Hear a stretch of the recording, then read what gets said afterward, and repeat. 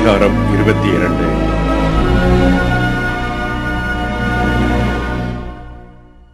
இஸ்ரவேல் புத்திரர் தங்களிடத்தில் அன்பு கூறுவது போல பிறரிடத்திலும் அன்பு கூற வேண்டும்.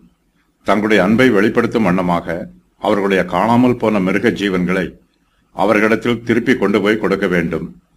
புருஷரும் ஸ்திரீகளும் தங்களுக்குரிய உடைகளை தரித்துக் கொள்ள வேண்டும். குருவிக்கூட்டில் உள்ள குஞ்சுகளோட தாயையும் பிடிக்கக்கூடாது. புது வீட்டின் மேல் கைப்பிடி சுவரை கட்ட வேண்டும். கலப்படம் பண்ணக்கூடாது. மேல் சட்டையின் ஓரங்களில் தொங்கல்களை உண்டு பண்ண வேண்டும். கன்னிமையின் அடையாளம். வேசித்தனம் பண்ணின ஸ்திரீக்கு தண்டனை. பிறன் மனைவியோட சயனிக்கிறவனுக்கும் அந்த ஸ்திரீக்கும் தண்டனை. ஒருவனுக்கு நியமிக்கப்பட்டிருக்கிற கன்னிகை, ஒருவனுக்கு இன்னும் நியமிக்கப்படாத கன்னிகை தகப்பனுடைய மனைவியை சேரலாகாது.